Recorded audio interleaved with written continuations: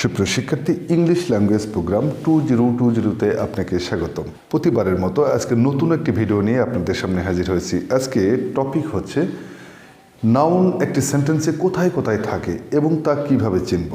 এই ক্লাসটা শুধুমাত্র বেসিক ইমপ্রুভ করার জন্যই নয়, অনার্স অ্যাডমিশন পাশাপাশি বিভিন্ন জব ক্যাটাগরি অর্থাৎ জব এক্সামগুলোর জন্য এই ভিডিওটি খুব গুরুত্বপূর্ণ। চলুন কিভাবে নাউন আইডেন্টিফাই করা যায়। এখানে আই স এ বয়, আমি একটি ছেলেকে দেখলাম। আচ্ছা, এখানে আর্টিকেল কি আছে? এ। আর্টিকেলের জন্মই কিন্তু নাউনের জন্য। এটা বলা খুবই জরুরি যে ম্যাক্সিমাম স্টুডেন্টই এই জিনিসটা জানে না যে আর্টিকেলের জন্ম কার জন্য, অর্থাৎ কোন পার্টস জন্য আর্টিকেল ব্যবহার করা হয়। প্রকৃত অর্থে আর্টিকেলের জন্ম বা আর্টিকেল ব্যবহার করা হয় শুধুমাত্র নাউনকে উদ্দেশ্য করে। অর্থাৎ যদি কোনো সেন্টেন্সে নাউন না থাকে তাহলে ওই সেন্টেন্সে কোনো আর্টিকেলও থাকবে না। চলুন, এখানে দেখতে পাচ্ছি এ হলো একটি আর্টিকেল। তাহলে আর্টিকেলের জন্ম কার জন্য? নাউনের জন্য। অর্থাৎ আর্টিকেল নাউনের জন্য বসে, অর্থাৎ এখানে বয়টা হচ্ছে নাউন।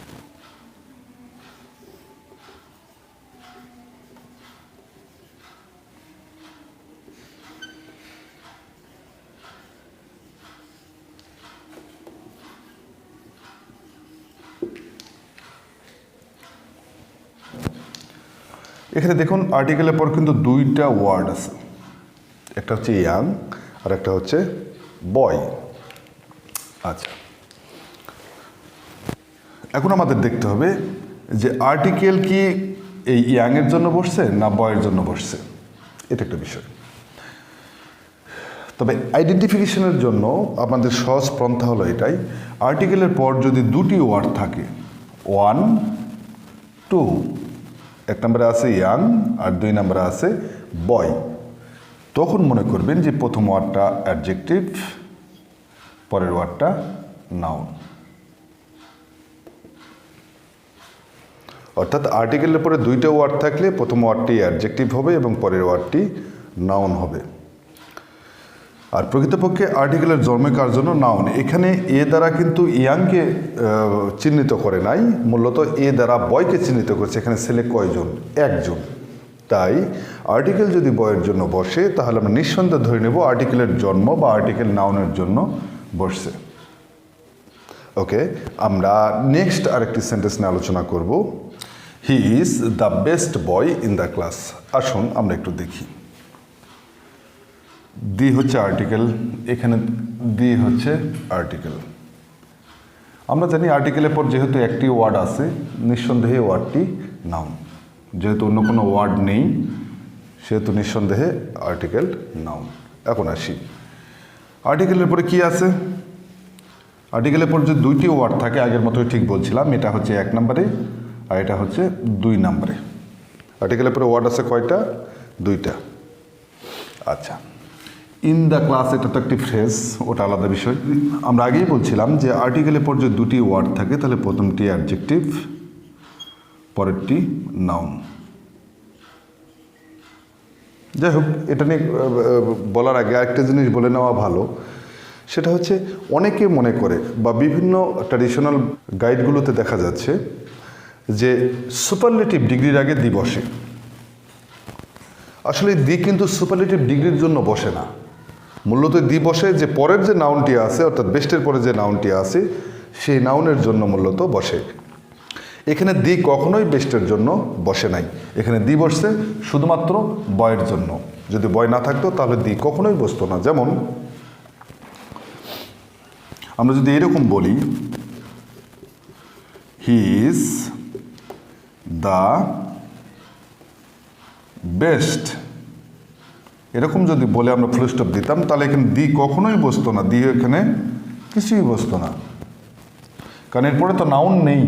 এরপরে যদি নাউন থাকতো তাহলে তো এখানে আর্টিকেল বসতো। তাহলে হবে কি? He is best. তাহলে এখানে কখনোই আর্টিকেল বসবে না, কারণ এরপরে নাউন নেই। আমাদের একটা জিনিস জানা উচিত যে আর্টিকেল কখনোই অ্যাডজেক্টিভের জন্য বসে না, আর্টিকেলের জন্মই হচ্ছে নাউনের জন্য, কিংবা আর্টিকেল কখনোই সুপারলেটিভ ডিগ্রির জন্য বসে না। এই সেন্টেন্সটিতে দেখা যাচ্ছে হি ইজ মাই ফাদার। এখানে দেখুন মাই হচ্ছে পজিটিভ কেস, এটাকে আমরা পজিটিভ অ্যাডজেক্টিভও বলে থাকি। তো যাই হোক, মাই হচ্ছে পজিটিভ কেস। পজিটিভ কেসের জন্ম বা পজিটিভ কেস বসেই নাউনের জন্য, ঠিক আর্টিকেলের মতো। আর্টিকেল আমরা দেখলাম যে আর্টিকেল বসে নাউনের জন্য, ঠিক একইভাবে পজিটিভ কেস বা পজিটিভ অ্যাডজেক্টিভও বসে সেই নাউনের জন্য। যদি সেন্টেন্সটি এরকম হয়, he is my dear father, এখানে যে দেখুন মাই পজিটিভ কেস, ঠিক আর্টিকেলের রুলসটাই ফলো করবে। মাই পজিটিভ কেস, পজিটিভ কেসের জন্ম কার জন্য? নাউনের জন্য। তাহলে এটা কি নাউন? এই যে মায়ের পরে যে ডেয়ার আছে, ডেয়ার কি নাউন? না। পজিটিভ কেসের ঠিক পরে ওই আগের মতোই, আর্টিকেলের মতোই যে রুলসটা বলছিলাম, যে পজিটিভ কেসের পরে যখন এরকম দুইটা ওয়ার্ড থাকবে তখন এটা হচ্ছে এক, এটা হচ্ছে দুই, তখন প্রথমটা হবে অ্যাডজেক্টিভ এবং পরেরটা হবে নাউন। আর পজিটিভ কেসের পর যখন একটি ওয়ার্ডই থাকবে তখন ধরে নিতে হবে পজিটিভ কেস সেই ওয়ার্ডটির জন্য, অর্থাৎ সেই নাউনটির জন্য বসছে। তাহলে আমরা কি বুঝলাম? আর্টিকেল নাউনের জন্য বসে, পজিটিভ কেস তাও নাউনের জন্য বসে। আর যদি আর্টিকেল বা পজিটিভ কেসের পর যদি দুইটি ওয়ার্ড থাকে তাহলে প্রথমটি অ্যাডজেক্টিভ এবং পরেরটি নাউন হয়। এই চারটি ওয়ার্ডই মূলত ডেমনস্ট্রেটিভ ওয়ার্ড।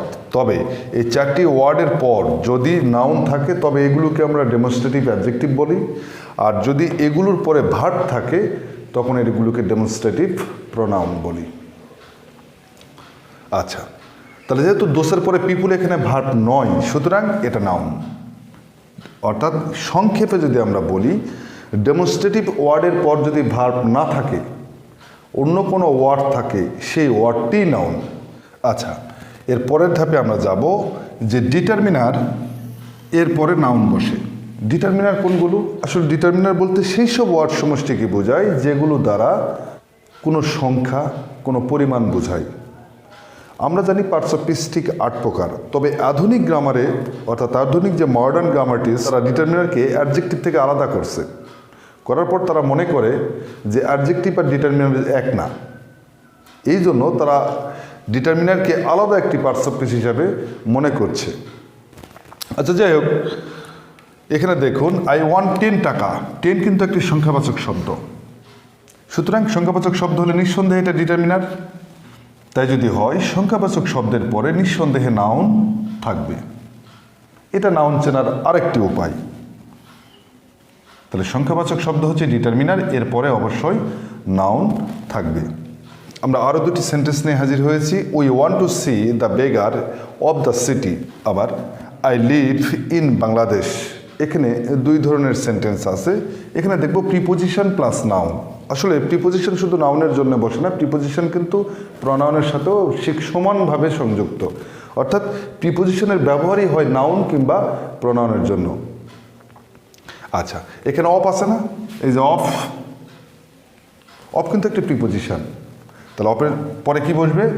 নাউন বসবে। তাহলে এখানে সিটি হচ্ছে নাউন। আর তারপরেও চেনার উপায় আর একটা আছে, সেটা হচ্ছে দিটা আর্টিকেল। এই আর্টিকেলের পরে তো নাউন বসেই। যদি আর্টিকেল নাও থাকতো তাহলে আমরা বুঝতাম যে অফ যেহেতু প্রিপোজিশন, প্রিপোজিশনের পরে নাউন বসে। আরেকটা বিষয়, এখানে ইন হলো প্রিপোজিশন। তাহলে আমরা জানি প্রিপোজিশনের পরে কি বসে? নাউন বসে। তাহলে এখানে বাংলাদেশ নিঃসন্দেহে নাউন।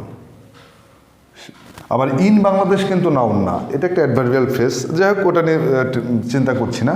মূলত প্রিপোজিশনের পরে কি আছে? প্রিপোজিশনের পরে অর্থাৎ বাংলাদেশ শুধু এখানে নাউন। আচ্ছা ঠিক আছে, আমরা আর একটি সেন্টেন্স নিয়ে হাজির হয়েছি। সেন্টেন্সের টপিকটা হচ্ছে বা হেডলাইনটা হচ্ছে সাবজেক্ট হিসাবে নাউন। অর্থাৎ সাবজেক্ট নাউন হয় কিভাবে? এখানে কিন্তু হেল্পস ভার্ব, মূল ভার্ব, তার আগে কিন্তু এডুকেশন আছে। তাহলে আমরা জানি মূল ভার্বের আগে সাবজেক্ট বসে। ওকে, মূল ভার্বের আগে যদি সাবজেক্ট বসে তাহলে কিন্তু এখানে এডুকেশন সাবজেক্ট। এটা নাউন কিনা কিভাবে বুঝবো? সাবজেক্ট হিসেবে হয় নাউন বসবে কিংবা প্রোনাউন বসবে। যেহেতু এটা প্রোনাউন নয়, প্রোনাউনগুলো বলতে হি, শি, ইট, দে, যেহেতু প্রোনাউন এখানে নয় তাহলে নিঃসন্দেহে নাউন। আচ্ছা, আমরা আরেকটি টপিক নিয়ে হাজির হয়েছি, সেটা হচ্ছে অবজেক্ট হিসাবে নাউন। অর্থাৎ অবজেক্টও নাউন হয়।